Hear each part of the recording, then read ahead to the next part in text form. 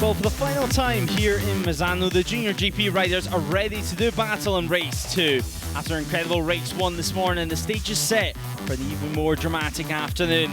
It's another 16-lap show in front of a passionate crowd as the field goes to battle on the famous 4.23km circuit, a track known for producing final lap fireworks. Rising temperatures will only add to the challenge with no respite on this technical layout. With 6 left-handers and 10 right-handers, there are plenty of opportunities for a dare and dive bomb. So get comfy as we're about to go racing, with all riders setting their sights firmly on those all-important 25 points here in Misano. Of course, race 1 winner Marco Morelli looks to do a second. Looking back at this morning's action, it was a great start for Brian Uriarte, who led the field through on the run to turn 1, keeping his powder dry in the opening stages of the race. However, we see some incidents in the early stages, with high side out the final corner for the AGR riders before a red flag came out, bringing a stop to proceedings, and that was after a crash in the exit turn 6 for the number 21 rider.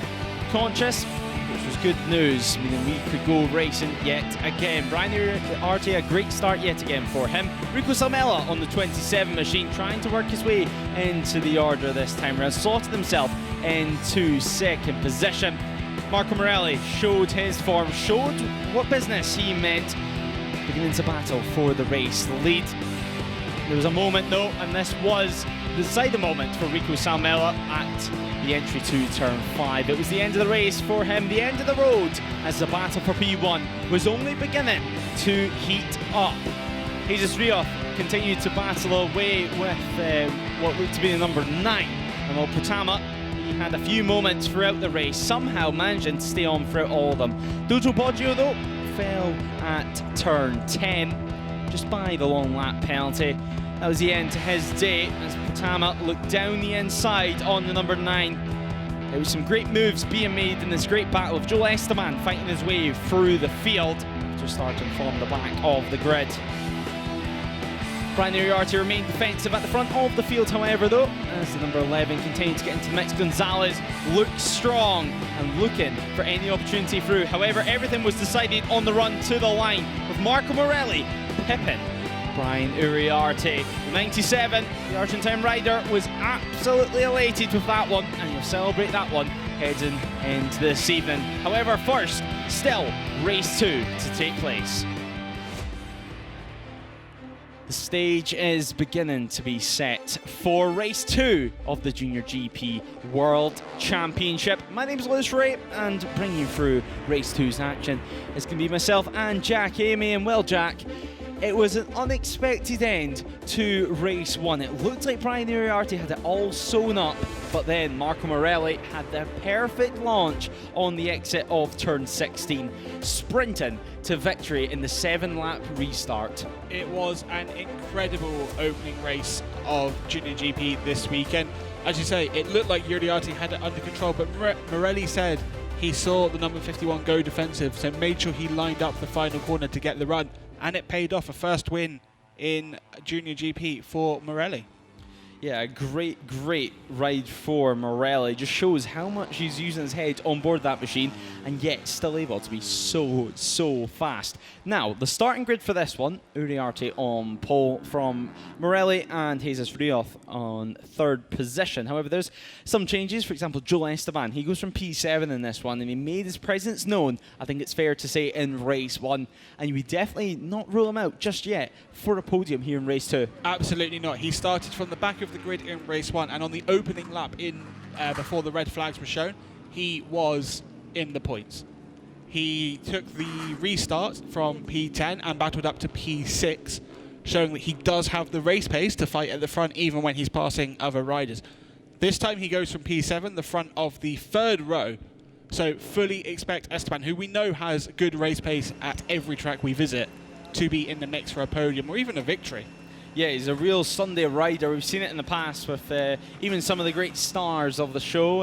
For example, Brad Binder at the moment, always known as a Sunday rider. You always have those couple of riders in a field that are known for really getting their teeth into things as the lights go out, and not necessarily a rider who you would put for a pole position over 1 lap on a Saturday. Exactly, and there's obviously nothing wrong with that. There's nothing right about that. It's just a different style. And obviously, points don't come in qualifying anyway. You need to pick up the points in the race. Obviously, if you have qualifying pace and race pace, it makes it a little bit easier to take those 25 points. But for Esteban, it's a bit trickier, normally fighting his way through, but it's working for him. Jesus Rios now just pulling into the grid, and well, he starts on what's going to be the front row of the grid in P3. However, it was a tricky race 1 for him, and that was thanks to Pratama pretty much, because those two were locked in a fight from start to finish. The 54 and the number 9 go into battle in race 1, and I wouldn't be surprised if we see it again in race 2. Rico Salmela as well, he's going to be looking for redemption in race 2 after, well, crashing out this morning. It was so disappointing to see for the 27. You said it there. Redemption will be what Salmela is looking for in race 2. Crashed out from a very good position. Will be looking to bounce back in race 2, and I think everyone would fully expect the number 27 to be in the podium fight.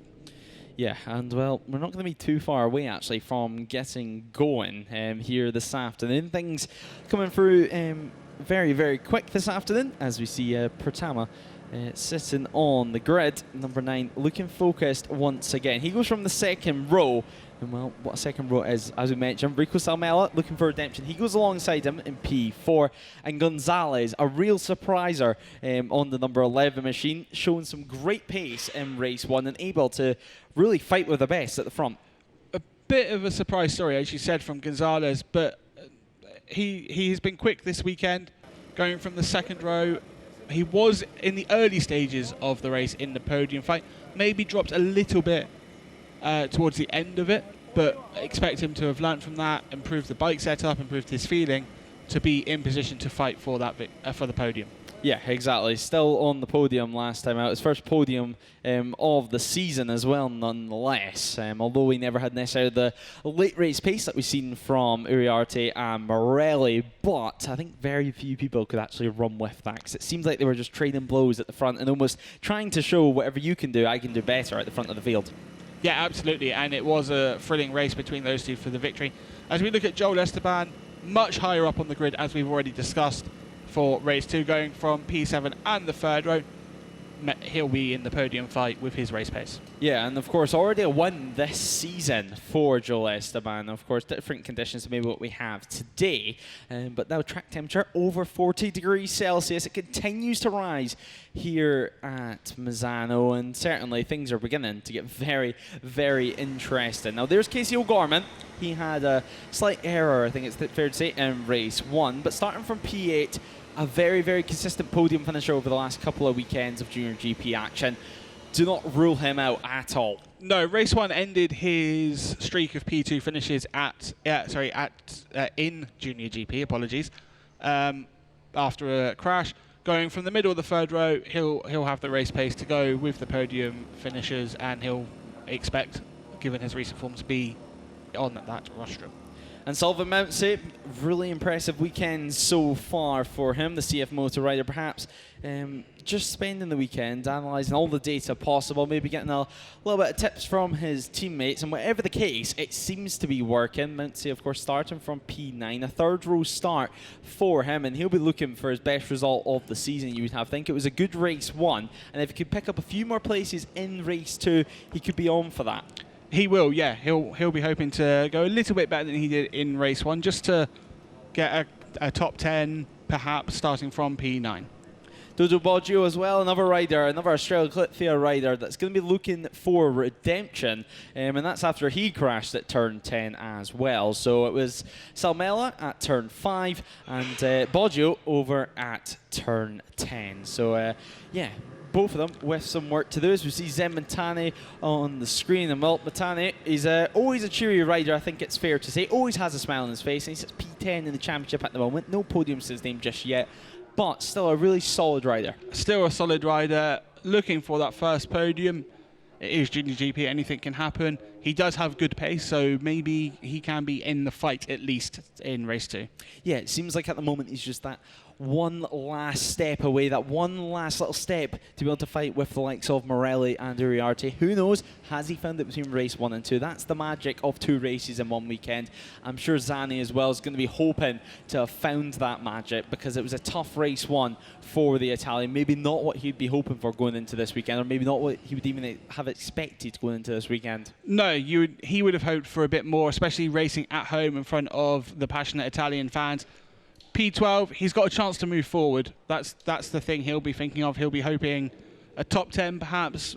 Maybe a podium is a bit too much from 12, but we saw how close it was throughout the early stages of race 1. If he can make early gains, there is a chance. Yeah, there's certainly going to be an opportunity here in race 2. They've had a few hours to settle and to go really in depth in the data. Evan Belford, MLav racing. And, well, he's looking nice and focused on the grid. He was cheery after the race as well, not to mention that he made his way down to Parc Ferme to celebrate with his teammate Marco Morelli. There was a nice moment exchange between the two of those, but of course Belford, this time around, he's going to be starting back on row 5. So a little bit of work to do as well, Nicholas. Now, Nicholas did have a fault earlier on, if my memory serves me correctly. So, a shame for him. You can see some scuffs actually on his levers. But whatever the case, now is a new race. Now is a new opportunity.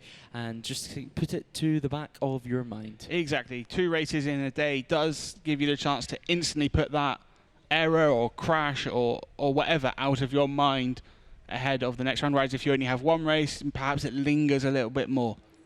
Yeah, certainly, and you can see the amount of fans that have stayed to watch the action here at Misano. Plenty of people watching the track side and plenty of people watching above the pit lane as well. Some nice viewing opportunities up there. We've seen the final corner, the first corner, and even a lovely view of turn 8, where we've seen so much drama so far today.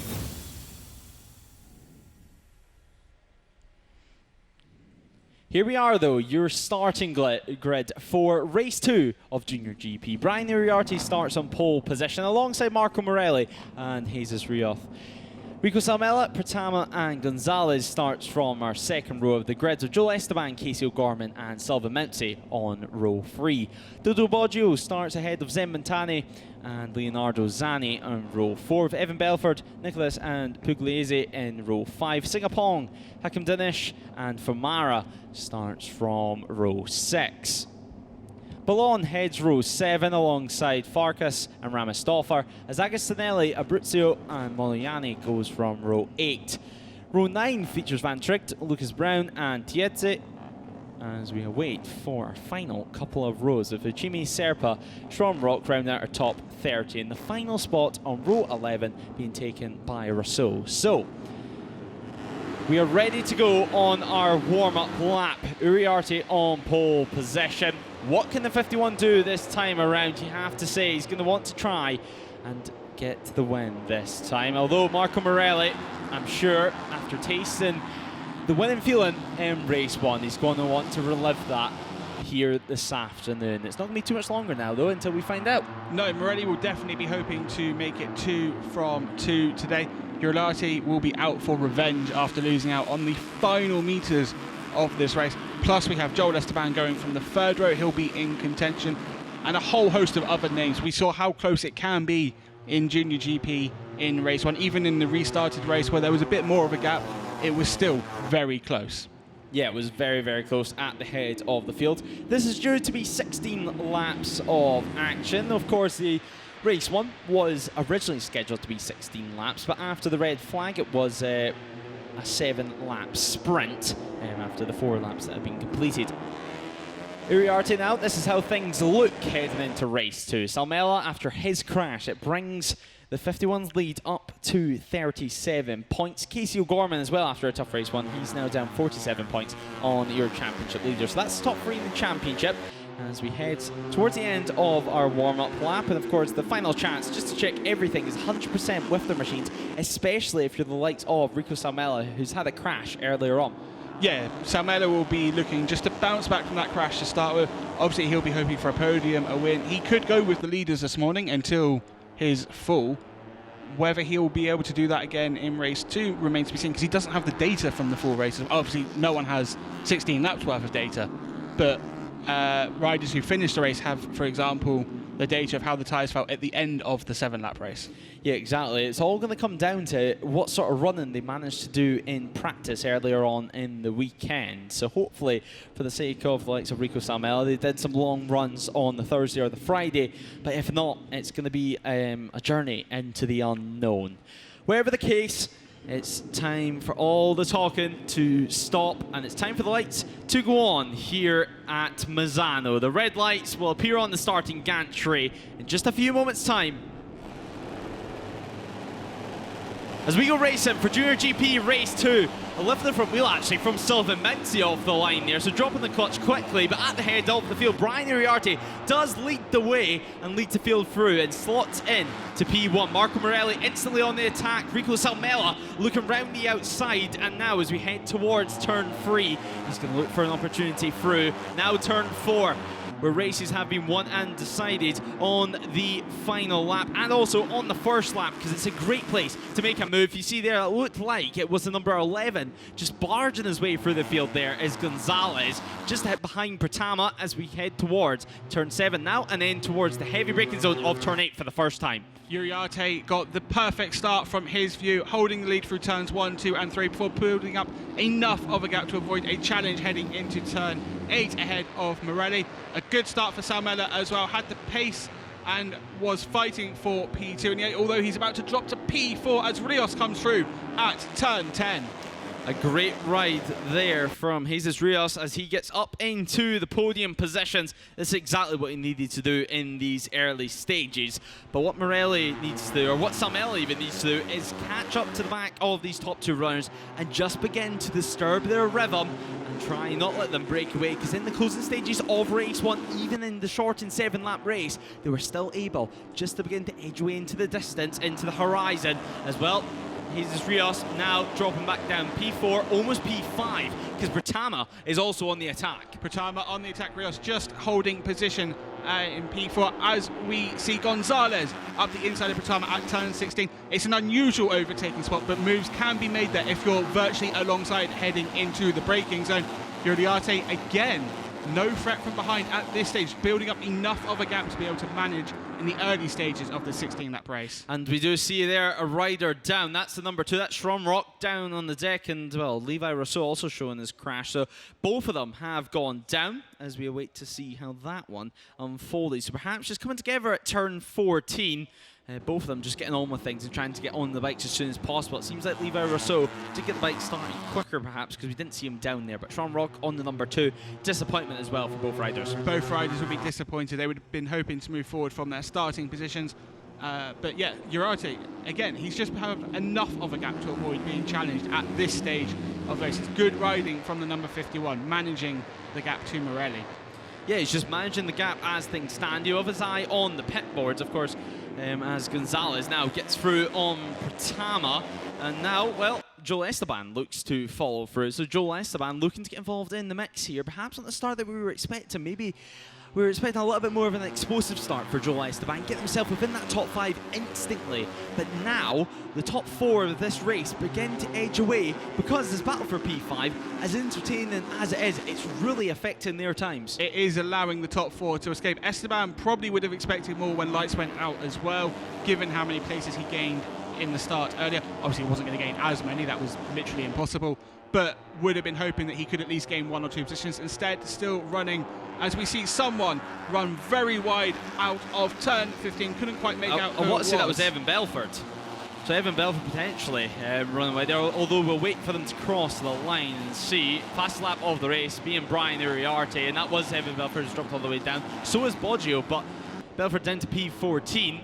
As well, Brian Uriarte, fastest lap of the race. And now you'd have to say putting down the hammer nice and early out here at Misano. Misano is a track where you can build a gap to your rivals, especially if they're squabbling behind you. At the moment, they're not really fighting, but it looks like Uriarte just has the pace advantage. He was 2 turns quicker than the 3 riders directly behind him on lap 2. And now, well, beginning to lose a little bit of time is Morelli. What he doesn't need is for Rico Salmella's front wheel or front tyre to be coming up the inside at any point during the next couple of laps. Otherwise, well, they can say goodbye to number 51 and then leave themselves for a lot of work to do in this closing stages, because we've seen it time and time again this year. It's so impressive to watch, though, out on track. This is the battle with Pratama just ahead of Esteban and O'Gorman at the back of that one, and then just a little gap between themselves and Zen Matani and Salvamanzi, who currently rounds out the top 10. Yeah, as you mentioned, Moretti can't afford to come under pressure in this early stages of the race. He needs to go with Uriarte as much as possible. At the moment, looking at the gaps, he's lost another 2 attempts on this lap, and he is under huge pressure from Finnish rider Rico Salmela. Yeah, Rico Salmela, a talent that has been in many teams' watch lists, shall we say, over the last couple of years. He's so impressive to watch out on track, and always quite a consistent rider, actually. It was rare we see him make the mistakes, as we see a massive, massive wide moment for Marco Morelli. And a few riders behind, I think the likes of Salmela and Jesus Rios perhaps gauging the braking mark on Marco Morelli ahead, so whenever he runs wide, they're running a little bit wide too. Probably, and we know Morelli will be pushing very hard to try and go with Uriarte, but we see again, the number 51, a 1 minute 41.2 last time round, Morelli 141.5, as were Salmela and Rios, so another 3 tenths gains. This looks to be a statement ride so far for Brian Uriarte after getting pipped on the final lap of the race, and that is the 47 that'll come into the pits. Dojo Boggio now, that's going to be into things. So no points scored here in Italy. So disappointing. A crash at turn 10 in race 1, or a retirement in race 2. Whatever can be helped, it's now time to reset and get going again at Barcelona for him as the battle does continue. But Brian Uriarte, perhaps after getting pipped on that final straight in race 1, now just trying to show everyone exactly what pace he well and truly has. Uriarte looks like he is on a mission in race 2. He is building up a gap every sector. Now 7 tenths across the end of sector 2, which is just before turn 9, and visibly the gap is growing. Salmela once again close to Moretti as we head into turns 13 and 14. Is he going to be close enough to send it up the inside under braking? Not this time. Yeah, not this time around at turn 14. Lines can sometimes merge in there as well. It's so tricky to get a move done. You have to show your front wheel nice and early so the rider knows you're there. But Marco Morelli on the green, we're going to have to keep an eye on that one, because if he does that a couple more times, he could be looking at a track limits warning. We've seen actually earlier on in some of the other classes that, well, they're not afraid to hand out 3 second time penalties for exceeding the track limits too many times. No, going on the green will give you track limits warnings, and that will lead to a penalty if you continue to use the green. Going on the blue is not a track limits offence, and of course on the last lap, going on the green, regardless of whether you're fighting, you will be demoted 1 position in the classification. Yeah, exactly. If you're within that half a second to the rider behind, you will be demoted. As well, Marco Morelli at the moment, he's going to be pushing. You can see him heading onto the blue there. That's okay. That won't be counted towards his track limit tally. As well, looking on the outside is Rico Salmela, not able to make a move work this time around, though. Of course, racing for the Australia Galicia team, and one of the best teams in the paddock, always producing talent for many years now, as of course Jesus Rios just follows behind. In the 54, you have to wonder at the moment if perhaps he's just keeping his powder dry, just trying to keep things nice and calm while he watches all the action in P4 and watching them burn up rubber ahead. It would be a good strategy from the number 54 if he is doing that, especially knowing the pace of Morelli and Salmela. You would think would be a bit quicker. That is Salmanzi down at turn 10 on the exit of the long lap loop there. You can just see it right behind him. Yeah, Salvamanzi down at turn 10. Disappointment for the CF Moto Aspar squad. But, of course, he'll go back to the drawing board in Barcelona. Perhaps it looks like he got that bike going again, so hopefully he can get that running and at least make it to the end of the race and see the checkered flag for the sake of gathering some extra data. Meanwhile, his teammate out on circuit, Joel Esteban, remains in P8. No inroads as of yet, but are we going to see a move now from Jesus Rios on the run to turn 1? He sets it up, he looks up the inside, but just a little bit too far back. We've not seen too many moves actually made over at turn 2 so far in this race. And we've seen some excellent moves in race 1 made at turn 2, so perhaps waiting until the closing laps, because there still is 11 laps to go, so still a nice distance to be ran here at Misano. Still a long way to go in this race. Another look at the times though, and Uriarte at 1:41.4, Morelli and Salmela 1:41.9. The gap now 1.6 seconds as Uriarte has bolted at the front of the field. Yeah, he's sprinted away at the front, he's charging away, and he's, well, got the bull by the reins as, well, this battle does continue for second place. Three of them scrapping away, and now turn 9 comes back into picture. It's really line of stern as things stand. Marco Morelli, he's not a rider known for cracking under pressure, and it doesn't look like he's going to be doing that this time around, although very, very close once again to the green. He's going to have to start being careful with that. Rico Salmela using the slipstream, pulls alongside, heading into turn 11. Through Carvone we go. All the way on the inside curve was Rico Salmela, and that is a move done. Second place now for the 27. He's looking for a good result after crashing out in race 1. He's looking to try and stop in the 51 to extending his championship lead even more, because if it stayed as was, it would only be 5 points lost, 5 further points lost as what it was earlier on this morning. So an important race for Salmela in terms of his championship and keeping those hopes alive. It is absolutely important for Salmela to see if he can limit the damage effectively at this point, looking at the gap. More than 2 seconds across the line in favour of Uriarte.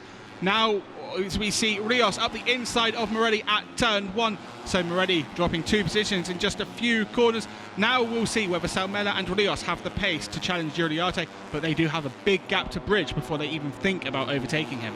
Rios clearly doing his research here at Misano, because that was a textbook move on the run to turn 1. Now he continues his fight. He sets sights on second position on Rico Salmela, who sits in P2. The 54 will enter the slipstream now, making the way towards turn 8. Heavy on the brakes. The amount of drama we've seen here today, well, we don't have enough fingers on our hands to be able to count it. As well, next time around we'll be entering less than 10 laps remaining. We mentioned how short race 1 was for these guys, but race 2 in itself, well, it's continuing to spring up a surprise, and with more race distance, it's meaning a slightly different style of race. It is meaning a slightly different style of race, and definitely a surprise as well, because I don't think anyone would have predicted Uriarte to have this much pace in hand, especially over Morelli, given their fight in race 1. But also Salmela and Rios, they are pulling away from Morelli, it's visible to see, but whether they're catching Uriarte at this stage, it doesn't look like it with the eye test. Yeah, well, we'll have to wait and see what the timing screen says next time around. A 1:42.4 last time around from Marco Morelli. That was 2 tenths slower than the likes of Rios ahead of him. But now we exit the final corner and they'll break the timing beam yet again. It's another opportunity just to have a little glance over at the lap times. A 1:41.5 for Brian Uriarte, a 1:41.9 for Rico Salmela, a 1:41.8 for Rios. And well, Morelli, he's inside the 1:42 bracket, and well, that's not going to be enough to be able to keep up in this podium fight. Morelli does not have the pace at this stage of the race, and if he drops much more time, he's not going to have any chance of catching him. It looks like we have the answer to the question about whether Salmela and Rios have the pace to go with Uriarte, and the answer is a comfortable no. Uriarte is in fine form this afternoon. He is flying out in P1. Yeah, a couple of tenths quicker last time around, but only 2.7 ahead. That's 1 or 2 mistakes away from everything changing around. As well, Salmela now still sits P2. He's not cracked under pressure just yet, and I'm sure he's had a chat about his engineers, about his feeling on the front tyre, which of course caused that crash earlier on this morning. But Brian Uriarte, he's looked in fine form all weekend long. You heard what he said after qualifying. He was so happy with his lap as well. He was just hoping for a good race, and well, it certainly was a good race, but by his standards, I don't think he would appreciate getting pips on the final lap. This time, it's his attempt at pure domination track side. Further down the order, Zani now enters the top 10 as we look at the live championship standings. So that will rise to 42 points if the checker flag was brought out right now. But of course, still 9 laps to go. So plenty of opportunity. Casey O'Gorman still sits P3 in the championship. Now, Casey up into P6 in the race. So it doesn't seem like he'll stand on the podium again. Now it'll be his first weekend without a podium in quite some time. But after what happened in race 1, Casey O'Gorman, he'll still be pretty pleased to think if he even could get a top 5 finish, because he's right on the back at the moment of number 11, right on the back of Gonzalez. He is right on the back of Gonzalez. As you say, after the crash earlier, you would think a P5, P6 finish is a good comeback given the circumstances of race 1. But the number 67 will always have been hoping for a podium finish.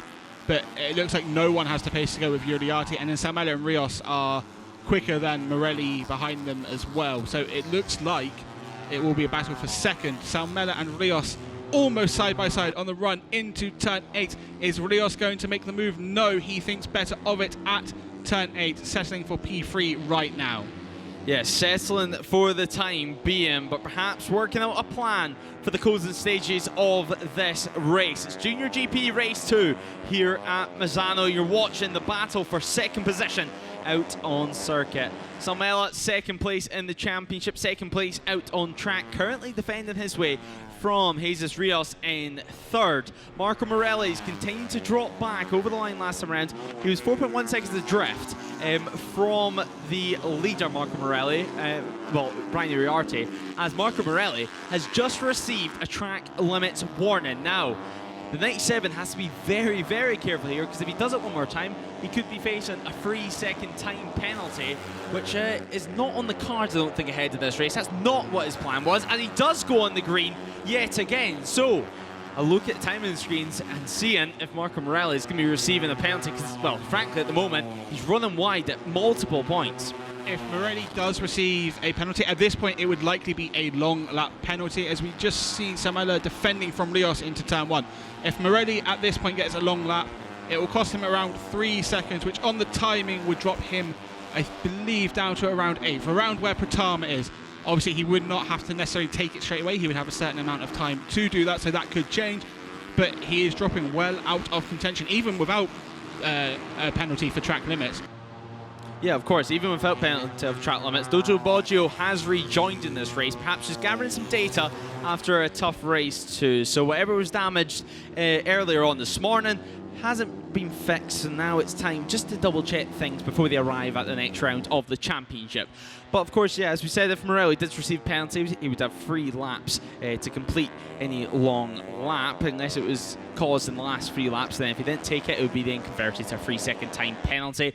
But more on that if we have to deal with it, because hopefully for Marco Morelli's sake, he's going to be okay in this one. But we'll just keep an eye on things, because still 7 laps to go, so still plenty of opportunities to make a slight mistake. That's all it is. These JuniorGP riders on the absolute limit, and Marco Morelli, although he's lost some time over the last couple of laps, he's had a good 1 or 2 laps now where he's beginning just to keep tabs on them, I think it's fair to say. But he can't push it any harder, otherwise he'll be down the road. That's how hard you're having to push. Absolutely. He has stabilised the gap to the riders in front of him, but he is some way back, around 8 tenths at the start of lap 10. We'll just see what it is at the start of lap 11 as they cross the line. It's 6 tenths between Saumella and Morelli. Just to note though, only 1 rider in the top 8 last lap was in the 1:41, and that was Uriarte. He was half a second quicker than Saumella once again. Yeah, exactly, and well, it proves how hard he's having to push, even at the head of the field. He doesn't necessarily have to, but I think in his head he feels like he has to. Although when you're in this situation where you've got such a lead, a 4.2 second advantage, almost the best thing you can do is to continue to push this hard. It's the moments where maybe you back off slightly, that's when you can have a lapse of concentration, and suddenly all that work is for nothing. As well, Rico Saumella has to work for this P2 still, because these 3 riders are getting bunched up once more. And I think it's fair to say Jesus Rios is going to have all the data. He's going to know exactly where that move could potentially be made in these closing laps. Even if it came down to the final lap, I wouldn't be shocked if we see Rios going up the inside. No, I don't think anyone would be shocked. He is learning so much about where Saumella is quicker than him, where Saumella is slower than him. and it will all be a calculation he's making in his head, where to make the move and when. Yeah, and where is that going to arrive? We await to see.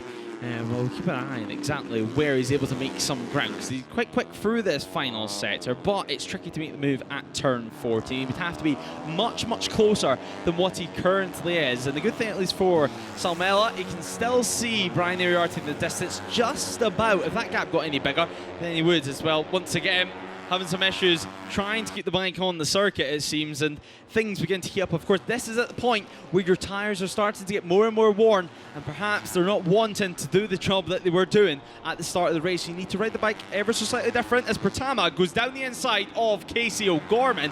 Can O'Gorman respond at turn 2? The answer is no. Joel Esteban now looking to attack. Just on Morelli, he was on the green on the exit of turn 15 on the previous lap, so he has been given that track limits warning already. So just something to keep an eye on with 5 laps to go, because, well, at the moment he would drop to around P7, P8 with that penalty, but there is a big gap, a big group, sorry, that are 2.7 behind. So if he has the pace to go with Rios and Salmela to bridge that gap, he might actually not be penalised even with a long lap or a 3-second penalty. It's just come up on timing. Morelli has a long lap penalty. Marco Morelli, a long lap penalty, race 1 winner to P4 runner, and you would have to say that's going to drop even further down the list, as he'll see the long lap come up at the start-finish line next time around. So disappointing for Marco Morelli, but to top 5 finish still isn't off the cards here, I think it's fair to say. If he can rejoin into that group or near that group that Casey O'Gorman and Pertama and Esteban are fighting in, perhaps he can get himself a top 5 finish still. If he can use the slipstream of Salmela and Rios just to bridge that gap a little bit more, because he's around 2.7 ahead of them at the moment, 3 seconds for a long lap roughly. There's a chance he might even take the long lap and come out ahead of them, given that they are also squabbling over P5. Yeah, he's going to need the perfect lap ahead, and the real question is, how long does he wait? How long does he want to wait to take the penalty? You can see the yellow boards held out by the marshals there on the start-finish straight. That is a penalty board, and that will have all the information that the number 97 needs to know. And this is the exact moment that he was given it. He ran wide at the exit of turn 15, rejoined just ahead of turn 16 after previously receiving a warning. That's been given a long lap penalty, and now it's going to be, when will he take it? Will he take it straight away or wait a few laps? It's a tricky one at this stage of the race, because he can't leave it too long, because then if he does need to pass riders, he won't have the time to do it. At the same time, you don't want to drop behind 2, 3 or 4 riders when you know you've got the pace to stay ahead. So it's a tricky one. Perhaps looking at the gap, what is it now, 2.4? It looks like it's come down a little bit, so maybe he needs to take it now and then have the chance to pass on track. Yeah, well, we'll wait and see what he does. We arrive at turn 10. Now, he's not going to take it this time around, so perhaps just waiting another lap or 2. We'll keep our eyes peeled for Marco Morelli. What a change of fortunes. Sadly for him, though, not the way he would have hoped for. This means, though, Rico Salmela and Jesus Rios, perhaps they've had a look at the pit wall as well and seen that Morelli behind them have a penalty. No, it's pretty much just them two battle away for the podium positions, while Brian Uriarte now is ahead of the field. We'll wait to see what the gap is. It was just over 5 seconds. That's 5.2. Uriarte has this under control. He's still in the 1 minute 41. So it's incredible race pace from the number 51. Just to correct myself, the gap between Morelli and Pertama is actually closer to 4 seconds. So if he does take the long lap on this lap, which he should, he will come out in P4 ahead of the number 9. Yeah, exactly. It will come out just ahead, and there are the boards that we were speaking about. So long lap, 97, and you'll have a good eye on that one. But Joel Esteban now ahead of Casey O'Gorman. Joel Esteban nearly actually running into the back of Gonzalez there, also having a moment. So continuing to fight away. Rico Salmela looking up the inside now because he's dropped back a position. So Rico Salmela down into 3rd, Jesus Rios into 2nd, and well, O'Gorman and Pertama getting very, very close together on circuit. So is likes of Esteban in that group behind. So if you're Marco Morelli, I don't know where you would want to be on circuit, because it seems like no matter where you are, you're going to be getting yourself involved in the dogfight. Unless if he takes it now, gets a gap from himself and the guys ahead, and then also can hopefully, for his sake, get ahead of the likes of Pratama, Esteban, Gonzalez and O'Gorman. And he does take it now. We arrive at turn 9 and 10, and he gets on the brakes. He'll have to take this one pretty speedy if he does want to get ahead. As he comes out now, rejoins the circuit, nice and safe on the curb, and he is ahead of the field. So Pratama now sees the 97 into the closer distance as what they had previously. But Esteban, O'Gorman and Gonzalez are going to be chasing them down over the next couple of laps. They are, and he's just gone on the green again through turn 11 and 12. It looked like Salmela and Rios switched positions at turn 2 on that lap. It was just out of shot, but I could just see the move happening. And then Rios and Salmela still fighting over P2, but it's between those two for the final 2 place on the podium. Salmela just touching the green on the exit at turn 15 there. Yeah, he needs to be careful of that one. Track limit's been the talking point of this race. Jesus Rios in third at the moment is brewing to be an all-out fight in the final couple of laps. We enter the penultimate lap of action. Next time around, it will be the fastest lap. It will be the last lap of the race. But some good sector times coming in as well from the field as we head towards turn 4. Heavy on the anchors. Well, Rico Samel, that Honda underneath him is making some shapes, but he's able to get his stops running slightly wide if I had to critique it. But nonetheless, Rios not getting through. Rios not getting through just yet, but it looks like he might have had a good exit out of turn 6. Turn 7, just a flat-out kink in these bikes all the way to the inside curb. Now under braking at turn 8. Salmela holding position for now. It will come down to the run out of turn 10 on this lap, potentially, as they both use the blue part of the paint, not a track limits offence. Yeah, both of them allowed out there, extending the track, using all the track, and then some. However, the 27 has been given the track limits warning, meaning we really need to keep an eye if he goes on to the green. As well, there's confirmation of the track limits warning from race direction.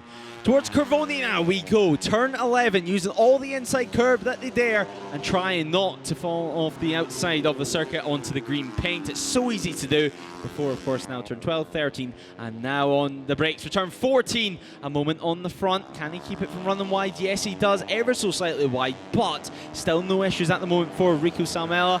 Joel Esteban up into P5 now, so he's got ahead of Veda Pratama, and Pratama, after battling away earlier on in this race, he's dropped to P6. He has Esteban around a second behind Morelli, so unlikely he will catch him on this final lap. Heading into turn 1, Rios fighting all over the back of Salmela, unable to make the move into turn 2. Salmela just keeping second position for now. This fight is going to go to the final corner. Grab your seat, folks. It looks to be a blockbuster finish here in race 2 for JuniorGP in the battle for second position. Brian Uriarte is continuing to lead this race, nearly 7 seconds at the line last time around, and there he is, storming his way towards turn 8. Someone flapping off the back of his seat unit, but looks to be no bother for him, perhaps just a sensor or his rain light. Whatever the case, he doesn't need it at the moment, quite clearly, because his lap times are looking astonishing out on track.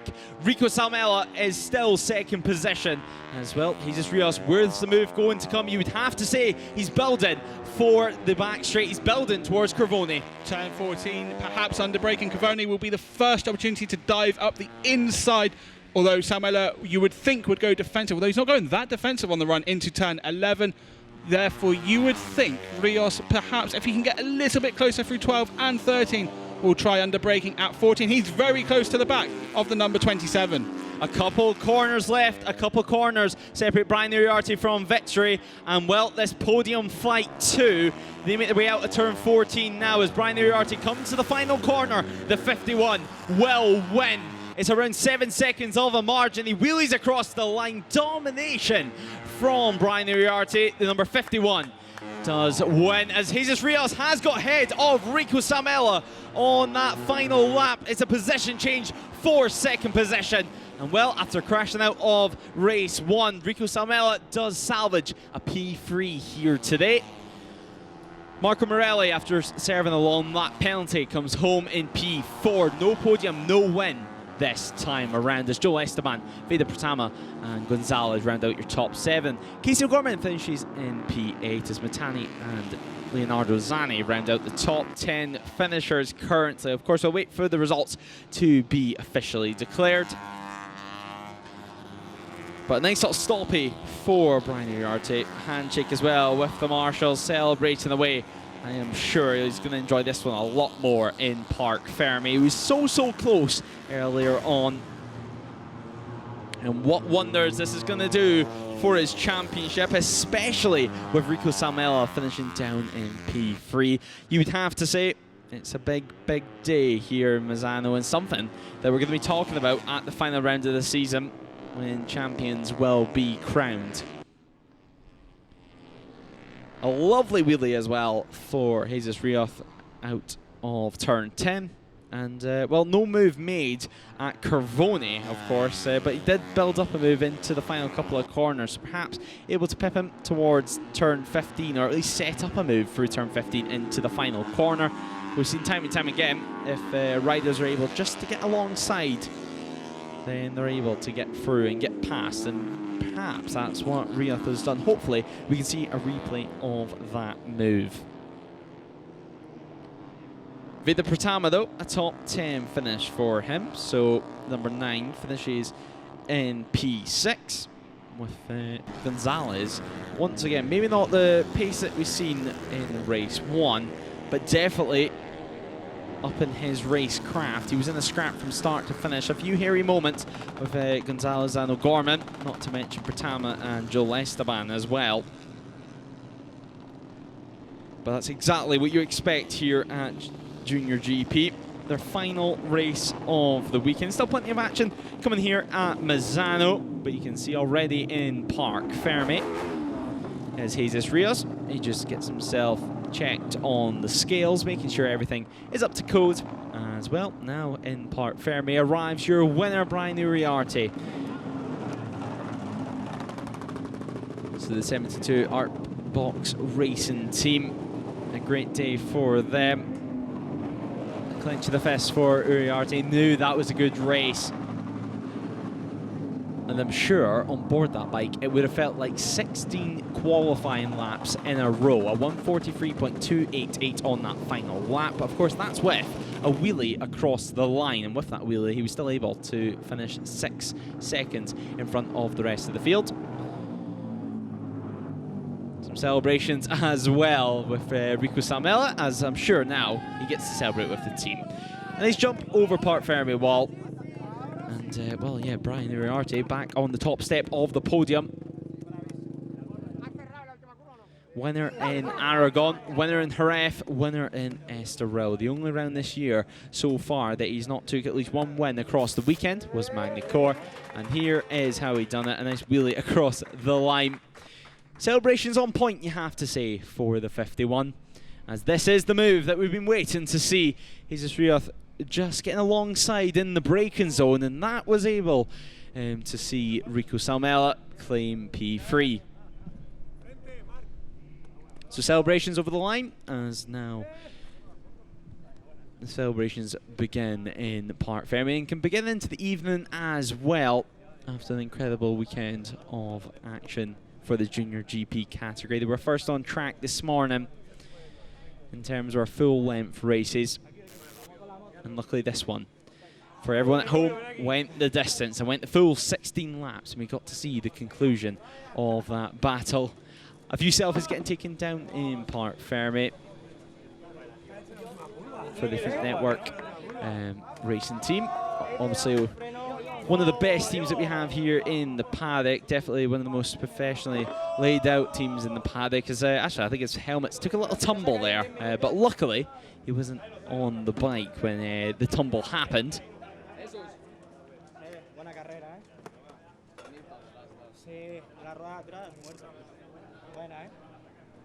Rioth and Salmela talking about that battle. A lot of movement, it seems, from the rear of the bikes. And I think both their tyres were pretty much done after 16 laps of battle. I mean, it is very, very warm, over 40 degrees track temperature currently.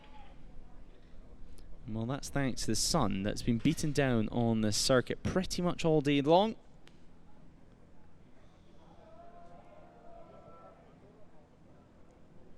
But we're not too far away now from the podium celebrations to begin here in Italy for the final time this weekend. But first, before all of that, we will hear from Brian Uriarte, who's making his way now to speak to Jack down in Parc Fermé.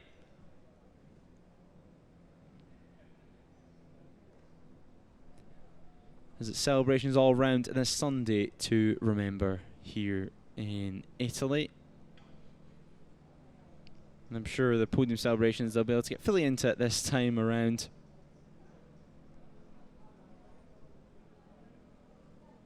With Salmela, sure, it's been a weekend of ups and downs, but nonetheless, he's been able to show himself as once again a threat for the podium. But now we can hear from Brian Uriarte, who's made his way to Parc Fermé to speak to Jack.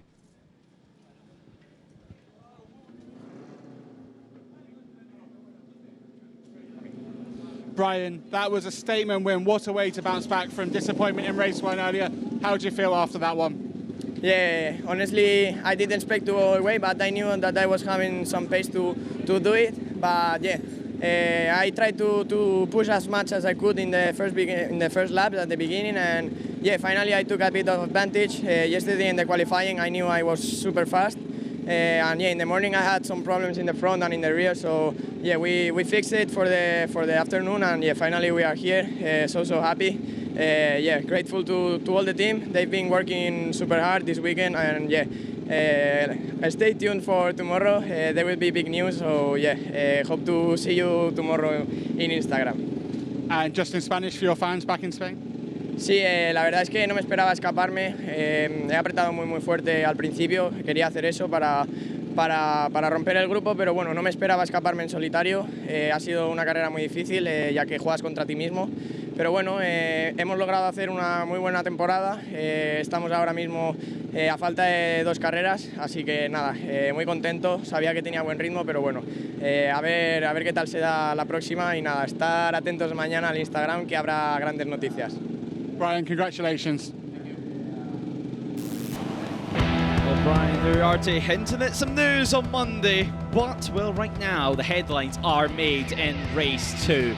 It was an incredible start from the 51, who of course is the championship leader at the moment. He was put under pressure in the early stages from Marco Morelli, as we did see this crash involving Rousseau and Drumrock. The battle would continue. Gonzalez getting involved with Pratama, running the number 9 wide ever so slightly out on circuit. Rico Samela got himself involved in the mix as his teammate Dodo Boggio retired into the pit lane. He would return later on in the race just to complete some laps and gather some extra data. Jesus Rios, we would keep an eye on him throughout the race, making sure that he would not lose tabs on the podium positions. And well, it would be a fight that would last all the way till the checkered flag. Salva Menzi, a crash at turn 10 for him. That was the end to race 2 on Sunday. Jesus Rios, a nice move at turn 1. He would get through and into 3rd position. Marco Morelli struggled to keep tabs on them with the 97, eventually receiving a long lap penalty, and that's due to that moment right there, running on the green and receiving that time penalty. He would eventually take his long lap at turn 10 as Pratama got through on Casey O'Gorman. Things got awfully tight in this group in the later stages of the race as Riyadh tried that move at turn 1 yet again. There is Morelli taking that long lap. He was still managed to stay ahead of the group that was behind him, chasing away with the likes of Esteban involved in that one. Everything went down to the final corner in the battle for 2nd position. It would be Riyadh who lined up the move and lined himself up in the braking zone. As Uriarte celebrated, hinting at some 2026 news. It is Jesus Rios who took 2nd. Rico Samela in 3rd. And the celebrations continue here at Misano. What a ride it was from from Brian Uriarte. Marco Morelli not able to convert it this time around. No podium for him. And of course, the 72 Archbox Racing team now make their way on to the podium, followed by Rico Samela. Shaking the hands, mutual respect between rival teams, of course, but it's such a great paddock. It's the JuniorGP World Championship. But your winner here in race 2, Brian Uriarte, and what a day it is. It's going to be interesting to see. I think the whole paddock will have their eyes on his social media feed tomorrow on Monday. And well, leading the Junior GP World Championship, already ramped up Rebel rookies. You'd have to say it's going to be a bright future for the number 51. But the trophies now begin to be handed out. Rico Samela happy with that one. An emotional podium, of course. As the managing director of the Misano World Circuit hands out second place for Jesus Rios. A little wave down to his team. They're watching below the podium as well. Your winner, Brian Uriarte, as the national anthem once again of Spain begins to ring out here at Misano.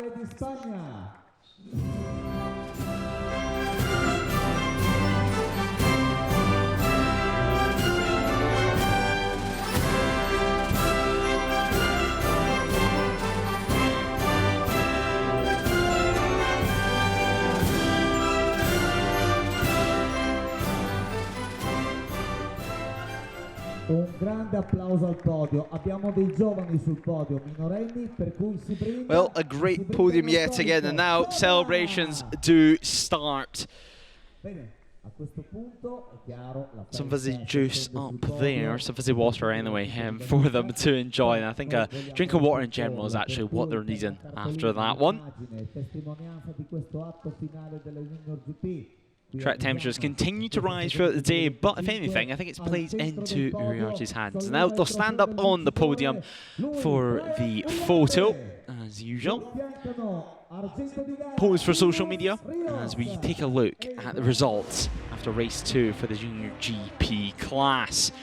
Brian Uriarte was your winner. Just over 6 seconds he won over Jesus Rios, who just managed to pit Rico Salmela at the final corner on the final lap. Marco Morelli took P4, serving his long lap penalty. Joel Esteban, Veda Pratama, David Gonzalez and Casey O'Gorman rounded out the top 8, with Zeb Montani claiming P9. Leonardo Zani, a top 10 finish for the Italian, taking some solid points after what was a tricky weekend. Linux Fermara in P11, with Hakim Dinesh and Giulio Pugliese in P13. Ramestoffer and Monoyani takes out the top P15 spots, and the final spot inside the points. Evan Belford dropped back down to P18 at the flag. You'll be a little bit disappointed with that one, I'm sure, but still another opportunity in Barcelona in around 1 month's time.